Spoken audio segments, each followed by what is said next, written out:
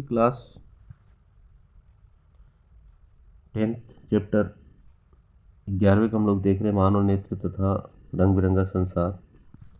तो पिछले अध्याय में आपने लेंसों द्वारा प्रकाश के अपवर्तन के बारे में अध्ययन किया है। आप लेंसों द्वारा बनाए गए प्रतिबिंब की प्रकृति, स्थिति तथा उनके अपेक्षित साइज के बारे में भी अध्ययन कर चुके हैं। यह ज्ञान मानव नेत्र के अध्ययन में हमारी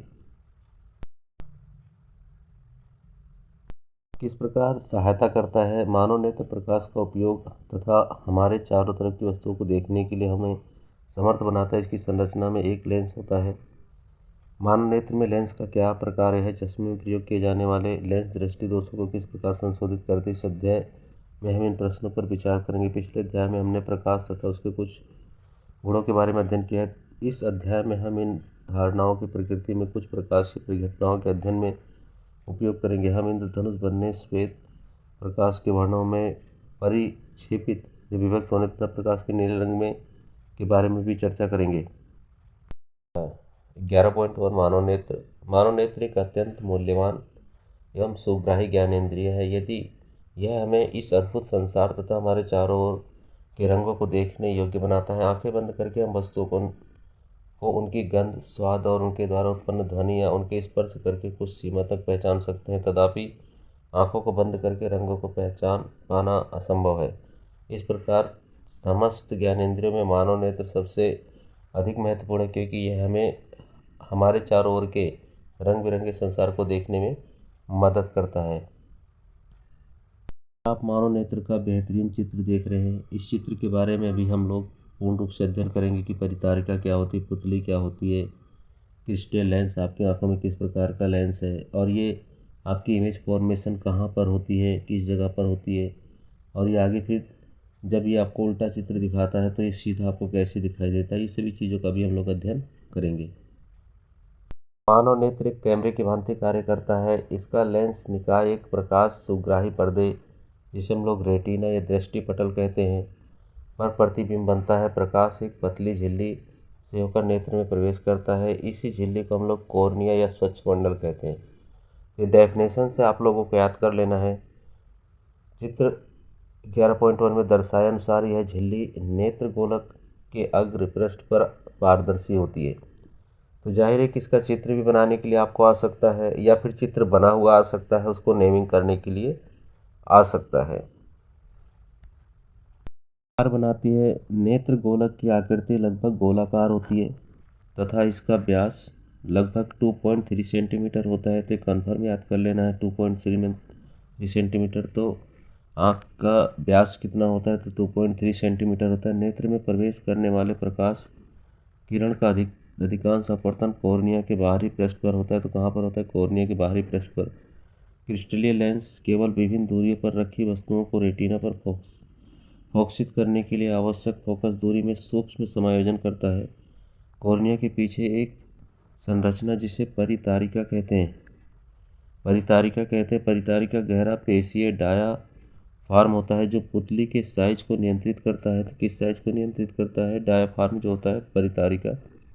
तो आपके पास पुतली जो होती है उसके साइज को नियंत्रित करता है। पुतली नेत्र में प्रवेश करने वाले प्रकाश की मात्रा को नियंत्रित करती है। तो आपकी पुतली भी एक काम करती है। वो क्या करती है, प्रकाश की मात्रा को नियंत्रित करती है। आपके पास परितारिका तो पुतली के साइज को नियंत्रित करता है, और पुतली जो है अपने अंदर प्रवेश होने वाले प्रकाश को नियंत्रित करती है। अभी नेत्र लेंस रेटिना पर किसी वस्तु का उल्टा तथा वास्तविक प्रतिबिंब बनाता है। तो मैंने बताया था चित्र कहाँ पर बनेगा, आपका रेटिना पर बनेगा। और कैसा होगा, वास्तविक और उल्टा होगा। वास्तविक और उल्टा होगा। रेटिना एक कोमल सूक्ष्म झिल्ली होती है जिसमें बृहत संख्या में प्रकाश सुग्राही कोशिकाएं होती हैं। प्रदीप्ति होने पर प्रकाश सुग्राही कोशिकाएं सक्रिय हो जाती हैं तथा विद्युत सिग्नल उत्पन्न करती हैं। ये सिग्नल दृक् तंत्रिका द्वारा मस्तिष्क पर पहुंचा दिए जाते हैं। मस्तिष्क इन सिग्नलों को व्याख्या करता है तथा अंततः इस सूचना को संसाधित करता है, जिससे कि हम किसी वस्तु को जैसा है वैसा ही देख ले।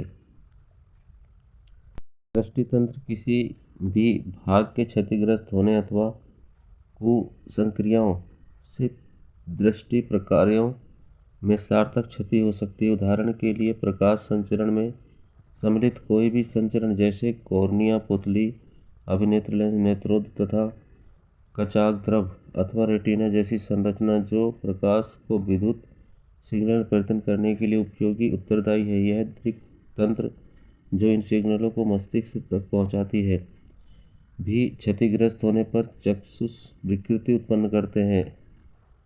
आपने अनुभव किया होगा कि जब आप तीव्र प्रकाश में किसी मंद प्रकाश कमरे में प्रवेश करते हैं तो प्रारंभ में कुछ देर तक आपको कमरे की चीज़ों को नहीं देख सकते हैं, तथापि कुछ समय पश्चात आप उसी मध्य प्रकाशित कमरे की वस्तुओं को देख सकते हैं। आंखों की पुतली परिवर्तित द्वारक की भांति कार्य करती है, जिसके साइज को परितारिका की सहायता से बदला जाता है।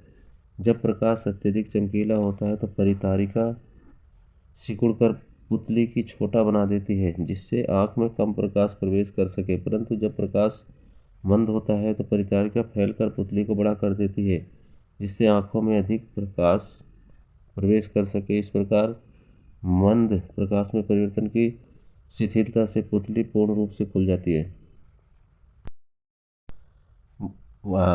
11.1.1 समंजन क्षमता। अभिनेत्र लेंस रेशेदार जेलीवत पदार्थ का बना होता है। इसकी वक्रता में कुछ सीमाओं तक पक्षमापी पेशियों द्वारा रूपांतरण किया जा सकता है। अभिनेत्र लेंस की वक्रता में परिवर्तन होने पर उसकी फोकस दूरी भी परिवर्तित हो जाती है। जब पेशियां शिथिल होती हैं तो अभिनेत्र लेंस पतला हो जाता है। 11.1.1 समंजन क्षमता। अभिनेत्र लेंस जेली रेशेदार पदार्थ का बना होता है। इसकी वक्रता में कुछ सीमाओं तक पक्षमापी पेशियों द्वारा रूपांतरण किया जा सकता है। अभिनेत्र लेंस की वक्रता में परिवर्तन होने पर इसकी फोकस दूरी भी परिवर्तित हो जाती है। जब पेशियां शिथिल होती हैं तो अभिनेत्र लेंस पतला हो जाता है। जब पेशियां कैसी होंगी? आपकी शिथिल होंगी अर्थात रिलैक्स होंगी, तो आपकी पेशियां कैसी होंगी?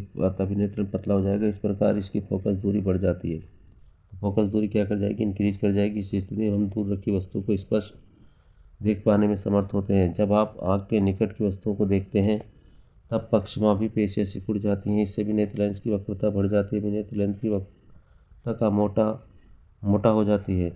पक्षमापी पेशियां आपकी सिकुड़ जाएंगी तो क्या होगा? अभिनेत्र वक्रता बढ़ जाएगी और अभिनेत्र कैसा हो जाएगा? मोटा हो जाएगा। परिणाम स्वरूप अभिनेत्र लेंस की फोकस दूरी घट जाती है। इससे हम निकट की वस्तु को देख पाते हैं। अभिनेत्र लेंस की क्षमता उसके कारण वह अपनी फोकस दूरी को समायोजित कर लेता है। इसे ही हम लोग समंजन क्षमता कहते हैं। तथापि अभिनेत्र लेंस की फोकस दूरी एक निश्चित न्यूनतम सीमा से कम नहीं होती है। किसी छपे हुए पृष्ठ को आँख के अत्यंत निकट रखकर उसे पढ़ने का प्रयास कीजिए। आप अनुभव करेंगे कि प्रतिबिंब धुंधला है। इससे आपके नेत्रों पर तनाव पड़ता है। किसी वस्तु को आराम से सुस्पष्ट पढ़ने के लिए आपको इस नेत्रों में कम से कम 25 सेंटीमीटर का गैप होना चाहिए। इसे हम लोग न्यूनतम दूरी कहते हैं। वह न्यूनतम दूरी जिस पर कोई वस्तु बिना तनाव के अत्यधिक स्पष्ट देखी जा सकती है उसे सुस्पष्ट दर्शन की अल्पतम दूरी कहते हैं, या फिर उसे हम न्यूनतम दूरी कहते हैं। इससे नेत्र का निकटतम बिंदु भी कहते हैं। किसी सामान्य दृष्टि के तरुण वयस्क के निकटतम के लिए आँख की दूरी 25 सेंटीमीटर होती है। वह दूरतम बिंदु जिस तक कोई नेत्र वस्तु को सुस्पष्ट देख सकता है नेत्र का दूर बिंदु कहलाता है। सामान्य नेत्र के लिए यह अनंत दूरी पर होता है। इस प्रकार आप नोट कर सकते हैं कि एक सामान्य नेत्र 25 सेंटीमीटर से अनंत दूरी तक रखी सभी वस्तुओं को सुस्पष्ट देख सकता है। कभी कभी अधिक आयु के कुछ व्यक्तियों के नेत्र का क्रिस्टलीय लेंस दूधिया हो जाता है तथा धुंधला दिखाई देता है। इस स्थिति को हम लोग मोतियाबिंद कहते हैं, कैटरेक्ट कहते हैं। इसके कारण नेत्र की दृष्टि में कमी या पूर्ण रूप से दृष्टि क्षय हो जाता है। मोतियाबिंद उम्र बढ़ने के संग ऐसा होता है तो दूधिया हो जाता है और धुंधला पड़ जाता है, जिससे व्यक्तियों को देख पाने में परेशानी होती है। बाद में इसका इलाज केवल शल्य चिकित्सा है। ठीक है, उसके बाद पश्चात दृष्टि का वापस लौटाना संभव होता है। दृष्टि के लिए हमारे दो नेत्र क्यों हैं? केवल एक ही नेत्र क्यों नहीं है? एक नेत्र की बजाय दो नेत्रों के होने के अनेक लाभ हैं। इससे हमारी दृष्टि क्षेत्र विस्तृत हो जाता है। तो याद कर लेना है पहले नंबर पे आप सभी को, मानव के नेत्र का क्षैतिज दृष्टि क्षेत्रफल 150 डिग्री होता है, जबकि दो नेत्रों का लगभग 180 डिग्री, अर्थात आप एक पूरा स्ट्रेट लाइन में देख सकते हो पूरा। वास्तव में किसी मंद प्रकाशित वस्तु के संसूचन की सामर्थ्य को बजाय दो संसूचकों से बढ़ जाता है। शिकार करने वाले जंतुओं के दो नेत्र प्रायः उनके सिर पर विपरीत दिशा में स्थित होते हैं, जिससे वे उन्हें अधिकतम दृष्टि क्षेत्र प्राप्त करते हैं, परंतु हमारे दोनों नेत्र सिर पर सामने की ओर स्थित हैं। इस प्रकार हमारा दृष्टि क्षेत्र तो कम हो जाता है, परंतु त्रिविम चक्षुओं की लाभ मिल जाता है। एक नेत्र बंद कीजिए, आपको संसार चपटा केवल द्विविम लगेगा। दोनों नेत्र खोलिए, आपको संसार की वस्तुओं में गहराई की तीसरी बीमा दिखाई देगी। जबकि क्योंकि हमारे नेत्रों के बीच कुछ सेंटीमीटर का पृथक कण होता है, इसीलिए प्रत्येक नेत्र किसी वस्तु का थोड़ा सा भिन्न प्रतिबिंब होता है।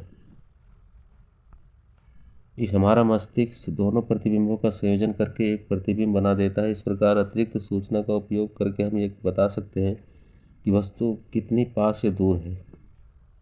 तो दृष्टि दोष तथा उनका संशोधन। कभी कभी नेत्र धीरे धीरे अपनी समंजन क्षमता खो सकते हैं। ऐसी स्थितियों में व्यक्ति वस्तुओं को आराम से सुस्पष्ट नहीं देख पाते हैं। नेत्र में अपवर्तन दोषों के कारण दृष्टि धुंधली हो जाती है।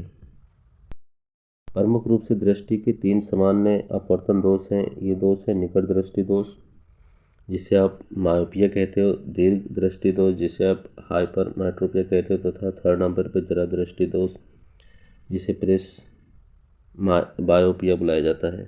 इन दोषों को उपयुक्त गोलीय लेंस के उपयोग से संशोधित किया जा सकता है। हम इन दोषों तथा उनके संशोधन के बारे में संक्षेप में चर्चा करेंगे। देखिए, हम पहले नंबर पे निकट दृष्टि दोष का अध्ययन करते हैं। तो निकट दृष्टि दोष को निकट दृष्टिता, नियर साइटनेस भी कहते हैं। निकट दृष्टि दोष युक्त कोई व्यक्ति निकट रखी वस्तु को तो स्पष्ट देख सकता है, परंतु दूर रखी वस्तु को स्पष्ट नहीं देख सकता है। तो जाहिर है किसके नाम में इसका आंसर छिपा हुआ है। तो निकट दृष्टि दोष है, तो निकट की वस्तु को तो साफ देखेगा, लेकिन दूर की वस्तु को साफ नहीं देख पाएगा। तो ऐसे दोषयुक्त व्यक्ति दूरतम बिंदु अनंत ना होकर नेत्र के पास आ जाता है। वो अनंत ना होकर के कहाँ जाता है? नेत्र के पास आ जाता है। बिल्कुल नेत्र के पास आ जाता है। ऐसा व्यक्ति कुछ दूर रखी वस्तु को स्पष्ट देख पाते हैं। निकट दृष्टि दोष नेत्र में किसी दूर वस्तु का प्रतिबिंब दृष्टि पटल अर्थात रेटिना पर न बनकर चित्र 11.2 आपका कहाँ पर दिख रहा है? 11.2 दृष्टि के सामने बनता है। तो कहाँ बन रहा है? दृष्टि के सामने बन रहा है उसकी इमेज। दृष्टि के सामने वो इन्फॉर्मेशन होती है, उसमें ना बन करके। इस दोष के उत्पन्न होने के कारण है अभिनेत्र लेंस की वक्रता का अधिक हो जाना। अभिनेत्र की लेंस की वक्रता का अधिक हो जाना। दूसरा है नेत्र गोलक का लंबा हो जाना। तो अभिनेत्र लेंस की वक्रता का अधिक हो जाना पहला कारण है। तो आपकी लेंस की वक्रता क्या हो गई? आपके पास ज़्यादा हो गई है, इस वजह से परेशानी हो गई। दूसरे नंबर पर आपके पास ऊपर दिखा रखा था नेत्र गोलक का लंबा हो जाना। तो नेत्र गोलक का लंबा हो जाना तो इन दोनों कारणों से होता है। और इस दोष को किसी उपयुक्त क्षमता के अवतल लेंस, जिसे आप अपसारी लेंस कहते हो, के द्वारा संशोधित किया जा सकता है। इसे चित्र 11.3 में दर्शाया गया है। उपयुक्त लेंस से प्रतिबिंब की वापस दृष्टि पटल रेटिना पर ले आता है तथा इस प्रकार यह दोष का संशोधन हो जाता है। तो ये है आपके पास करेक्ट। और ऊपर के जो दोनों दोष थे, वो दोनों जो फिगर थी वो दोष युक्त थी, जिसमें पहले वाले में भी नेत्र की लेंस को वक्रता को दिखाएगा, दूसरे में नेत्र गोलक का लंबा होता हुआ दिखाई देगा। तो आइए अगला देखते हैं। दोष दूसरा पॉइंट है, दीर्घ दृष्टि दोष को दूर दृष्टिता भी कहते हैं। दीर्घ दृष्टि दोष युक्त कोई व्यक्ति की दूरी को तो स्पष्ट देख सकता है, परंतु दूर की वस्तु को देख लेगा, परंतु निकट की वस्तु को नहीं देख पाता है। तो वही चीज़ है, जैसे दीर्घ दृष्टि दोष है तो दूर को देखेगा, पास की नहीं देखेगा। पास है तो पास की देखेगा और दूर की नहीं देखेगा। ऐसे दूसरे व्यक्ति का निकटतम बिंदु सामान्य निकटतम बिंदु 25 सेंटीमीटर से हट जाता है। तो 25 सेंटीमीटर से हट जाता है। ऐसे व्यक्ति को आराम से स्पष्ट पढ़ने के लिए पठन सामग्री नेत्र 25 सेंटीमीटर से काफ़ी अधिक दूर रखना पड़ता है, मतलब उसकी दूरी बढ़ा देनी पड़ती है। इसका कारण यह है कि पास रखी वस्तु में आने वाली प्रकाश किरणें दृष्टिपटल रेटिना के पीछे फोकसित होती हैं। तो वो चित्र दिखा रखा है आपको, पीछे फोकसित होती है, पीछे की तरफ बनती, जैसा चित्र 11.2 में 11.2 में दर्शाया गया है, 3 में दर्शाया गया है। इस दोष के उत्पन्न होने के कारण पहले क्या है, रीजन है अभिनेत्र लेंस की फोकस दूरी का अधिक हो जाना, तो ये दोनों में ही आ रहा था, और नेत्र गोलक का यहाँ पर छोटा हो जाना, तो नेत्र गोलक का आपका छोटा हो जाना, और पहले वाले में था नेत्र गोलक का लंबा हो जाना। तो इसका सामान्य उपचार हम लोग कर सकते हैं, देखिए कैसे। दोष को उपयुक्त क्षमता के अभिसारी लेंस अर्थात उत्तल लेंस का उपयोग करके संशोधित किया जा सकता है, जिसे चित्र 11.3 सी में दर्शाया गया है। उत्तल लेंस युक्त चश्मे दृष्टिपटल पर वस्तु की प्रति फोकसित करने के लिए आवश्यक अतिरिक्त क्षमता होती है। तो देखिए हम दोनों इसके संशोधन के लिए जो लेंस उपयोग होते हैं उसको हम याद रख सकते हैं। तो देखिए आपके पास पहले नंबर पर जो दोष था निकट दृष्टि दोष, उसे इंग्लिश में बोलते हैं मायोपिया। मायोपिया, तो मायोपिया क्या है, एक छोटा वर्ड है। तो मायोपिया छोटा है, तो यदि हम लोग जो है क्या नाम है, और हाइपरमेट्रोपी, दो वर्ड होते हैं। तो हाइपर ज़्यादा बड़ा है और मायोपिया छोटा है। तो जब छोटा होगा तो उसका जो होता है, जो ये अवतल लेंस है, तो ये छोटा इसका डायमीटर है, तो इस वजह से इसको हम अवतल लेंस से संशोधित करेंगे। हाइपरमेट्रोपिया क्योंकि बड़ा है, तो इस वजह से जो अवतल लेंस होता है इसकी वक्रता, इसका डायमीटर क्या होता है, ज़्यादा होता है, तो इस वजह से हम इसका उपयोग इसके लिए करते हैं उत्तल लेंस का। उत्तल लेंस, ये अवतल लेंस, अवतल लेंस। इसी नंबर पे जरा दृष्टि दोष है हमारे पास। जरा दृष्टि दोष आयु में वृद्धि होने के साथ साथ मानव नेत्र की संवेदन क्षमता घट जाती है। अधिकांश व्यक्तियों का निकटतम बिंदु दूर हट जाता है, तो संशोधित चश्मे के बिना उन्हें वापस की वस्तुओं को आराम से सोच कर देखने में कठिनाई होती है। इस दोष को जरा दृष्टि दोष कहते हैं। यह पक्षमापी पेशियों की धीरे धीरे दुर्बल होने तथा क्रिस्टल लेंस के लचीलेपन में होने के कारण होता है। कभी कभी किसी व्यक्ति के नेत्र में दोनों प्रकार के दोष, निकट दृष्टि दूर दृष्टि दोष उत्पन्न हो जाते हैं। ऐसे व्यक्तियों को वस्तुओं को स्पष्ट देखने के लिए प्राय द्विफोक्सी लेंस, बायोफोकल लेंस की आवश्यकता होती है। सामान्य प्रकार के द्विफोक्सी लेंसों में अवतल लेंस तथा उत्तल लेंस होते हैं। ऊपरी भाग वाला अवतल लेंस होता है तथा यह दूर की वस्तुओं को स्पष्ट देखने में सहायता करता है। निचला भाग उत्तल लेंस होता है, यह पास की वस्तुओं को स्पष्ट देखने में सहायता प्रदान करता है। देखिए हम लोग 11.3 प्रिज्म से प्रकाश का अपवर्तन पढ़ने जा रहे हैं। इससे पहले मैं आपको स्पष्ट रूप से बता दूं कि आपकी बोर्ड की परीक्षा में कोई ना कोई दोष अवश्य पूछा जाएगा, चाहे निकट दृष्टि दोष हो, चाहे आपका दूर दृष्टि दोष हो, या मोतियाबिंद, या फिर जरा दृष्टि दोष हो। तो वैसे ज़्यादा जो चांसेस हैं मुझे निकट दृष्टि दोष और दूर दृष्टि दोष में से एक दोष के आने के कन्फर्म रूप से आएगा, तो आप उसे ठीक ढंग से तैयार कर लीजिए। तो परीक्षा की दृष्टि से भी ज़्यादा इम्पोर्टेंट है, क्या मोस्ट इम्पोर्टेंट है। तो आइए आगे देखते हैं।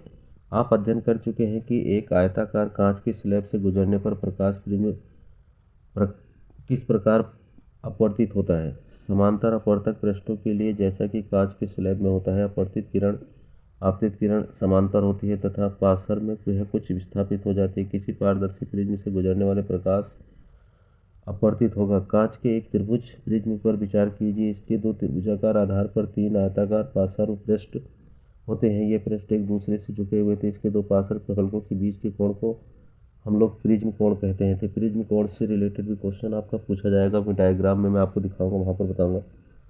आइए अब एक क्रियाकलाप के द्वारा अध्ययन करें कि कांच त्रिभुजाकार प्रिज्म से होकर गुजरने पर किस प्रकार अपवर्तित होता है। 11.1 एक ड्राइंग बोर्ड पर ड्राइंग पिनों की सहायता से सफ़ेद कागज की एक शीट लगाइए। इस शीट पर कांच को प्रिज्म इस प्रकार रखिए कि इसका त्रिभुजाकार फलक आधार बन जाए। एक पेंसिल का प्रयोग करके प्रिज्म की सीमा रेखा खींचिए। प्रिज्म की किसी एक अपवर्तक पृष्ठ AB से कोई कोण बनाती हुई सरल रेखा P खींचिए। रेखा P दो बिंदु P तथा Q पर गाड़िए, जैसा कि चित्र 11.4 में दर्शाया गया है। फलक AC की ओर से P तथा Q पिनों के प्रतिबिंब को देखिए। R तथा S बिंदुओं पर दो पिनें इस प्रकार गाड़िए कि पिन R तथा S इस पिन P तथा Q के प्रतिबिंब को एक सीधी रेखा में दिखाई दे। पिनों तथा कांच के प्रिज्म को हटाइए। रेखा पी प्रिज्म की सीमा रेखा के बिंदु ई पर मिलती है। चित्र 11.4 देखिए। इसी प्रकार बिंदु आर तथा एस को एक रेखा से जोड़िए। इस रेखा को इस प्रकार आगे बढ़ाइए कि यह प्रिज्म के फलक AC से F पर मिले। हम पहले ही देख चुके हैं कि पिनों P तथा Q को मिलाने वाली रेखा फलक AB से E पर मिलती है तथा E तथा F को मिलाइए। प्रिज्म के अपवर्तक पृष्ठ AB तथा AC पर क्रमशः बिंदु E तथा F पर अभिलंब खींचिए। चित्र 11.4 में दर्शाए अनुसार आपतन कोण R तथा निर्गत कोण E को चिन्हित कीजिए। ये डायग्राम से रिलेटेड भी क्वेश्चन आपसे पूछा जाएगा, तो आप इसको भी याद कर लीजिए, या फिर कोई कोण इसमें से पूछा जाएगा, या प्रिज्म कोण आपको दिखाई दे रहा है ऊपर की तरफ ऐसे डिनोट किया गया उसे। यहाँ पर ये आपके पास आपतित किरण है और ये आपका अभिलंब है। ये आपतित किरण है आपकी और ये अभिलंब है। तो जाहिर है कि हम सभी जानते हैं कि विरल से सघन मैंने 10वें चैप्टर में आपको पढ़ाया है। सरल से विरल और विरल से सघन, तो आप लोग इसको बहुत अच्छी तरीके से अवगत हो। यहाँ पर से आपतित किरण पी है तो इससे आपतन कोण बनेगा जिसे 1 से दर्शाया गया है। और इसी प्रकार से EF जो है, EF को देखिए कहाँ पर है EF आपके, ये है EF। तो EF क्या चीज़ है आपके पास, एक अपवर्तित किरण है। अपवर्तित किरण को आपको जाना इस तरीके से था, सीधे समय समझा चुका पहले। तो ये आपसे कौन सा कोण बनेगा, इसका अपवर्तन कोण बनेगा। निर्गत किरण FS के बारे में देखिए, FS ये रही आपके पास FS। तो यहाँ पर इससे निर्गत कोण बनेगा, E निर्गत कोण है आपके पास। और उसके बाद इन दोनों को बढ़ाने पर जहाँ पर ये दोनों एक दूसरे से मिल रहे हैं तो वहाँ पर एक विचलन कोण D बन रहा है, इसकी रेखा को और उसकी रेखा को जहाँ पर मिलती है। और प्रिज्म कोण आपको मैंने बताई थी, तो आप इसे भी याद कर लीजिए क्योंकि इससे रिलेटेड भी क्वेश्चन पुटअप किए जाते हैं।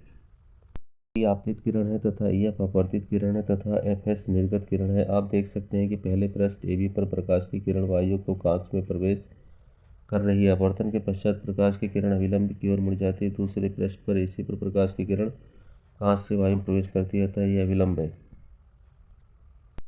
से मुड़ती है। प्रिज्म के प्रत्येक अपवर्तक पृष्ठ पर आपतन कोण तथा अपवर्तन कोण की तुलना कीजिए। क्या यह कांच के स्लैब में हुए झुकाव के समान है। प्रिज्म की विशेष आकृति के कारण निर्गत किरण आपतित किरण की दिशा से एक कोण बनाती है। इस कोण को विचलन कोण कहते हैं।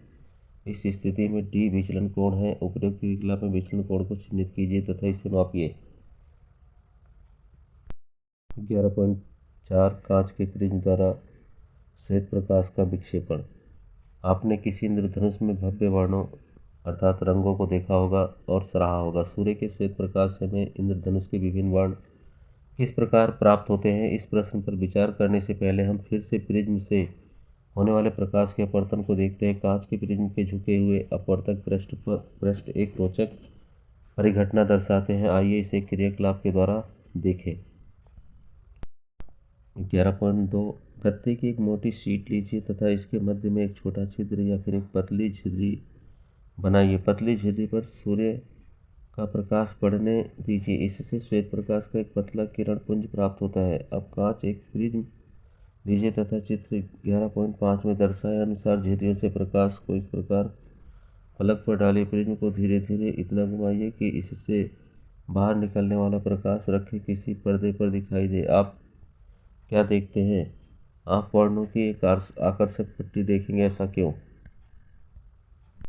प्रिज्म ने आपतित श्वेत प्रकाश को रंगों या वर्णों की पट्टी में व्यक्त कर दिया है। इस रंगीन पट्टी के दोनों सिरों पर दिखाई देने वाले वर्णों को नोट कीजिए। पर्दे पर दिखाई देने वाले वर्णों का क्रम क्या है? दिखाई देने वाले विभिन्न वर्णों का क्रम है बैगनी, वायलेट, जामुनी, इंडिको, नीला, ब्लू, हरा, ग्रीन, पीला, येलो, नारंगी, ऑरेंज तथा लाल, रेड। जैसा कि चित्र 11.5 में दर्शाए गए प्रसिद्ध परिवर्णी शब्द विबग्योर से हम इसे याद रख सकते हैं, क्योंकि वी से आपका वायलेट होता है और आई से आपका इंडिको होता है, जामुनी होता है, बैगनी, जामुनी। इस प्रकार से हम विबग्योर से इसको याद कर सकते हैं। आपको वर्णों के क्रम याद करने में सहायता करेगा। प्रकाश के अवयवी वर्णों के इस बैंड को स्पेक्ट्रम कहते हैं। जो आपके पास दिखाई दे रहा है पूरा का पूरा एक वर्णों की सीरीज दिखाई दे रही है, इसे हम लोग स्पेक्ट्रम कहेंगे।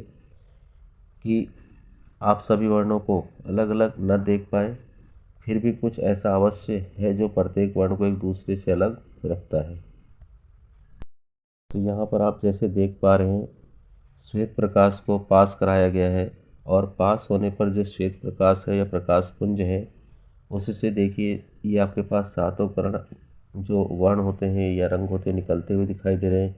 इन्हीं सातों रंगों को हम लोग विबग्योर से याद कर सकते हैं और प्लस में इन्हीं श्वेत प्रकाश का जो पूरा का पूरा ये रूप हमें देखने को इसे हम लोग स्पेक्ट्रम कहते हैं। तो कांच के प्रिज्म द्वारा श्वेत प्रकाश का विक्षेपण आपको यहाँ पर प्रदर्शित किया गया है। ये जो फैल रहे हैं इसे हम लोग विक्षेपण कह रहे हैं प्रकाश का।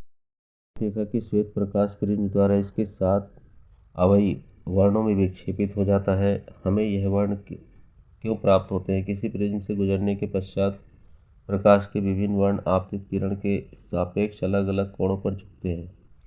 लाल प्रकाश सबसे कम झुकता है, तो लाल रेड जबकि बैंगनी सबसे अधिक झुकता है। इसीलिए प्रत्येक वर्ण की किरण अलग अलग पथों के अनुदिश निर्गत होती है अर्थात कोण बनाती जाती है तथा सुस्पष्ट दिखाई देता है। यह सुस्पष्ट वर्णों का बैंड ही स्पेक्ट्रम के रूप में दिखाई देता है। आइजैक न्यूटन ने सर्वप्रथम सूर्य का स्पेक्ट्रम प्राप्त करने के लिए कांच की प्रिज्म का उपयोग किया। एक दूसरा समान प्रिज्म उपयोग करके उन्होंने श्वेत प्रकाश के स्पेक्ट्रम के वर्णों को और अधिक विभक्त करने का प्रयत्न किया, किंतु उन्हें और अधिक वर्ण नहीं मिल पाए। फिर उन्होंने चित्र 11.6 की भांति एक दूसरा सर्वसम प्रिज्म पहले प्रिज्म के सापेक्ष उल्टी दिशा में रखा। तो जैसा आपको चित्र में दिखाई दे रहा है, श्वेत प्रकाश को पास कराया गया पहले वाले से, तो जहाँ पर आर का जो डेविएशन है, जो विचलन है, कम है और सबसे ज़्यादा आपके पास बैंगनी कलर का वी का है। और उसके बाद आपके पास जब उन्होंने दोबारा से इसी को उल्टा प्रिज्म कर दिया तो यहाँ पर आर ऊपर रहा और वी नीचे आया और दोबारा से फिर से आपको श्वेत प्रकाश प्राप्त हो जाता है।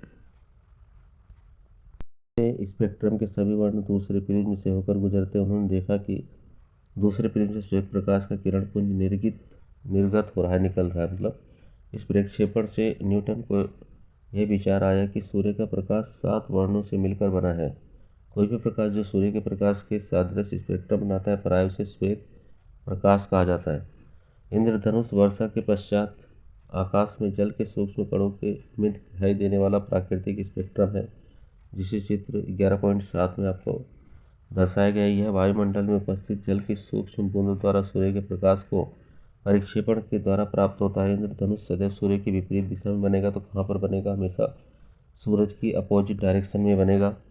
यह जल की बूंदें छोटे प्रिज्मों की भांति कार्य करती है। सूर्य के आपतित प्रकाश को ये बूंद अपवर्तन तथा विक्षेपित करती हैं, अपवर्तित तथा विक्षेपित करती हैं, तो पश्चात इसे आंतरिक परावर्तित करती है। अतः जल की बूंदे से बाहर निकलते समय प्रकाश पुनः अपवर्तित हो जाता है। प्रकाश के प्रक्षेपण तथा आंतरिक परिवर्तन के कारण विभिन्न वर्ण प्रेक्षक के नेत्र तक पहुँचते हैं।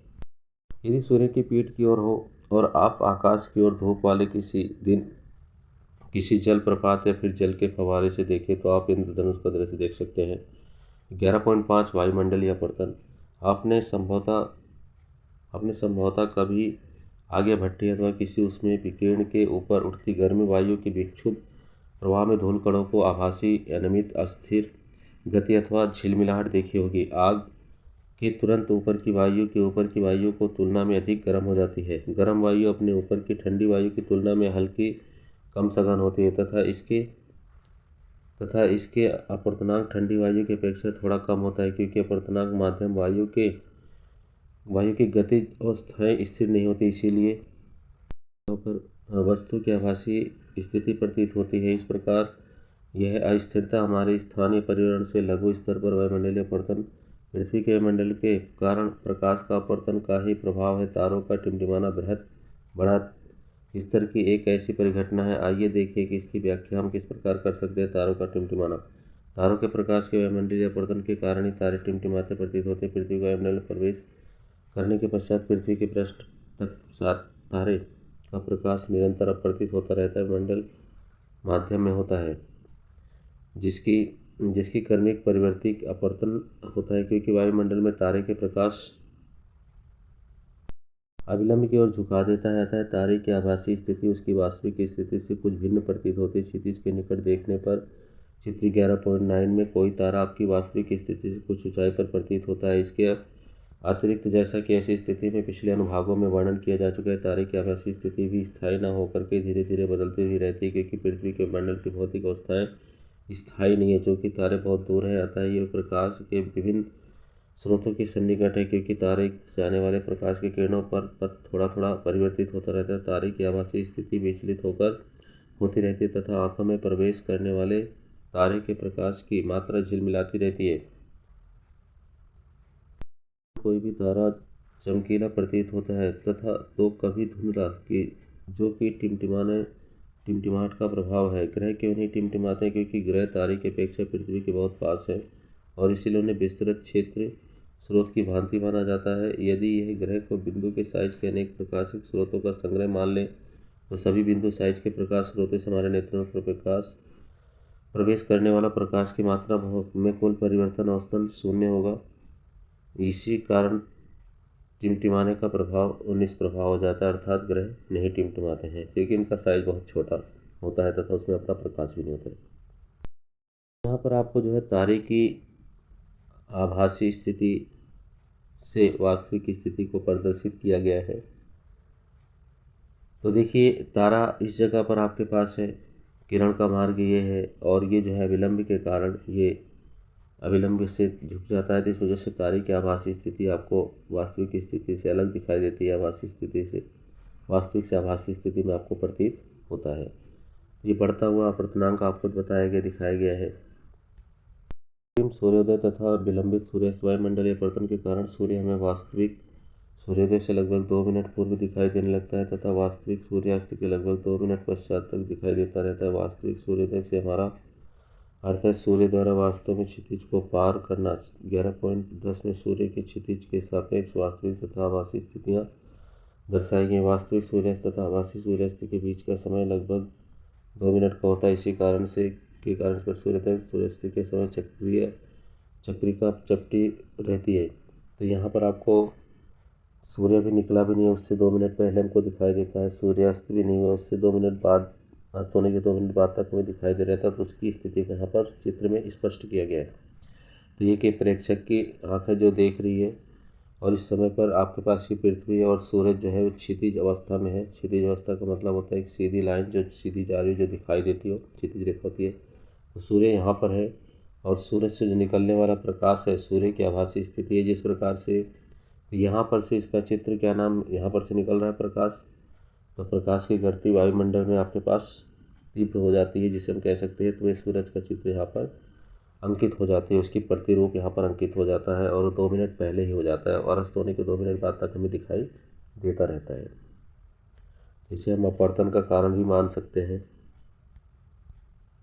प्रकाश का प्रकीर्ण प्रकाश तथा हमारे चारों ओर की वस्तुओं के बीच की अन्योन्य क्रिया के कारण हमें प्रकृति में अनेक आश्चर्य परिघटनाएं देखने को मिलती है। प्रकाश के नीला तरंग, गहरे रंग के समुद्री जल, सूर्य तथा सूर्यास्त के समय सूर्य का रक्तचाप दिखाई देना कुछ ऐसी अद्भुत घटनाएं हैं जिनसे हम परिचित हैं। पिछली कक्षा में आपने कोलाइडियल गणों द्वारा प्रकाश के प्रकीर्ण के विषय में अध्ययन किया होगा। किसी वस्तु का विलयन से गुजरने वाले प्रकाश का किरण पुंज का मार्ग हमें दिखाई नहीं देता है, तथापि किसी कोलाइडी विलयन में जहाँ कणों का साइज अपेक्षाकृत बड़ा होता है यह मार्ग दृश्य होता है।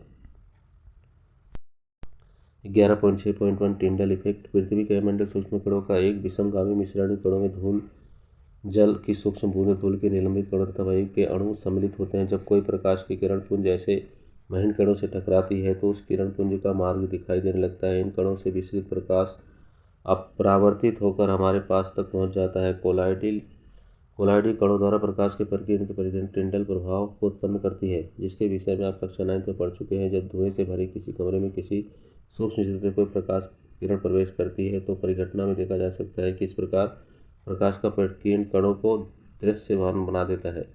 जब किसी घने जंगल के बितान से सूर्य का प्रकाश आता हुआ दिखाई देता है तो वहाँ पर टिंडल इफेक्ट देखा जा सकता है। जंगल के कुहासे में जल की सूक्ष्म बूंदें प्रकाश के प्रकीर्ण कर देती हैं। प्रकाश का वर्ण प्रकीर्ण करने वाले कणों के साइज पर निर्भर करता है। अत्यंत सूक्ष्म कण मुख्य रूप से नीले प्रकाश की प्रकीर्ण करते हैं, जबकि बड़े साइज के कण अधिक तरंग दैर्ध्य के प्रकाश के प्रकीर्ण करते हैं। यदि प्रकीर्ण करने वाले कणों का साइज बहुत अधिक है तो प्रकीर्ण प्रकाश श्वेत भी प्रतीत हो सकता है।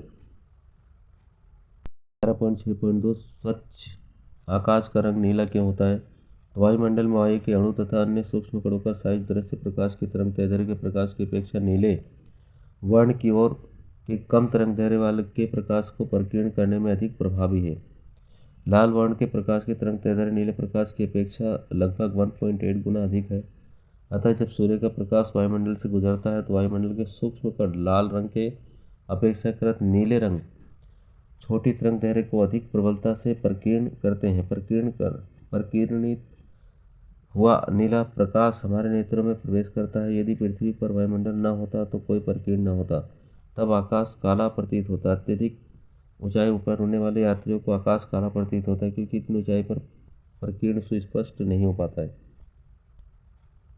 तो आपने देखा होगा कि खतरे के संकेत या सिग्नल का प्रकाश लाल रंग का होता है। क्या आप इसका कारण बता सकते हैं? लाल रंग के कोहरे तथा धुएं से कम प्रकीर्ण होता है, इसीलिए यह दूर देखने में भी लाल रंग का दिखलाई देता है। 11.6 सूर्योदय तथा सूर्यास्त के समय सूर्य का रंग। क्या आपने सूर्योदय तथा सूर्यास्त के समय आकाश तथा सूर्य को देखा है? क्या आपने सोचा है कि सूर्य तथा उसके आसपास का आकाश रक्तवाब क्यों प्रतीत होता है? आकाश के नीले रंग तथा सूर्योदय फिर सूर्यास्त के समय सूर्य का रक्तवाब प्रतीत होने को समझने के लिए आइए क्रियाकलाप करें। 11.3 कोई अभिसारी लेंस L1 लेकर इसके फोकस को श्वेत प्रकाश का तीव्र स्रोत S1 लेंस प्रकाश का समांतर किरण पुंज प्रदान करता है। प्रकाश के समांतर किरण पुंज को स्वच्छ जल से भरे पारदर्शी कांच के टैंक T से गुजारिए। किसी एक गत्ते में बने एक वृत्ताकार छिद्र C से इस प्रकाश किरण पुंज को गुजरने दीजिए। चित्र 11.11 में दर्शाए अनुसार एक दूसरे को अभिसारी लेंस L2 का प्रयोग करके इस वृत्ताकार छिद्र को स्पष्ट प्रतिबिंब पर्दे पर MN पर प्राप्त कीजिए। टैंक में लगभग 2 लीटर स्वच्छ जल लेकर के उसमें 200 ग्राम सोडियम थायोसल्फेट घोल दीजिए। जल में लगभग 1 से 2 मिलीलीटर सांद्र सल्फ्यूरिक अम्ल डालिए। आप क्या देखते हैं? मिनट के पश्चात आप सल्फर के सूक्ष्म कणों का अवक्षेपित होते देखेंगे। जैसे ही सल्फर के कण बनना प्रारंभ होते हैं, आप कांच के टैंक के 3 पार्श्वों से नीला प्रकाश देख पाएंगे। यह सल्फर के सूक्ष्म कण कोलाइडी कणों द्वारा कम तरंगदैर्घ्य के प्रकाश के प्रकीर्णन के कारण कांच के टैंक के चौथे पार्श्व में आप वृत्ताकार छिद्र की ओर से पारगत प्रकाश के रंग का प्रेक्षण करेंगे। यह प्रेक्षण अति रोचक होगा, क्योंकि पर्दे पर पहले नारंगी लाल और फिर चमकीला किरमिची लाल रंग दिखाई देगा। यह क्रियाकलाप प्रकाश के प्रकीर्णन को प्रदर्शित करती है, जिससे आपको आकाश के नीले रंग तथा सूर्योदय सूर्यास्त के समय सूर्य के रक्तताप प्रतीत होने को समझने में सहायता प्रदान करता है। तो कोलाइडल सॉल्यूशन से आपको इस डायग्राम के थ्रू इसको देखने के लिए कहा गया है। इसकी इसी प्रकार से आप लोग इसे बना सकते हो या देख सकते हो। इसके समीप स्थिति सूर्य से आने वाला प्रकाश हमारे नेत्रों तक पहुँचने से पहले पृथ्वी के वायुमंडल में वायु की मोटी परत से होकर गुजरता है। चित्र 11.12 तथापि यह सूर्य से ठीक ऊपर ऊर्ध्वाधर हो तो सूर्य में आने वाला प्रकाश अपेक्षाकृत कम दूरी तय करेगा। दोपहर के समय सूर्य श्वेत प्रतीत होता है, क्योंकि नीले रंग तथा बैंगनी वर्ण का बहुत बड़ा भाग ही प्रकीर्ण हो पाता है। क्षितिज के समीप नीले तथा कम तरंगदैर्घ्य प्रकाश का अधिकांश भाग कण द्वारा प्रकीर्ण हो जाता है। इसी वजह से नीले तथा कम तरंगदैर्घ्य प्रकाश का अधिकांश भाग कणों द्वारा प्रकीर्ण हो जाता है। इसीलिए हमारे नेत्रों तक पहुँचने वाला प्रकाश अत्यधिक तरंगदैर्घ्य का होता है। इसे सूर्योदय या सूर्यास्त के सूर्य रक्तताप प्रतीत होता है। तो यहीं पर हमारा चैप्टर समाप्त हो जाता है। आपको मैं एक चित्र के संग छोड़े जाता हूँ। सूर्य का आपका डायग्राम है, तो क्षितिज के निकट यहाँ पर सूर्य है। नीले प्रकाश के प्रकीर्ण होने से सूर्य का रक्तताप प्रतीत होता है। सूर्य का लगभग यहाँ पर ऊर्ध्वस्त अवस्था दिखाई गई है, मतलब परपेंडिकुलर है, 90 डिग्री का। नीले प्रकाश का कम प्रकीर्ण हो पा रहा है।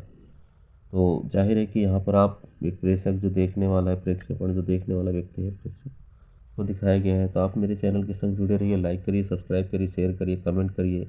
आप सभी का वीडियो देखने के लिए धन्यवाद। आगे हम लोग इसके क्वेश्चन आंसर को देखेंगे, मोस्ट इम्पॉर्टेंट क्वेश्चन आंसर।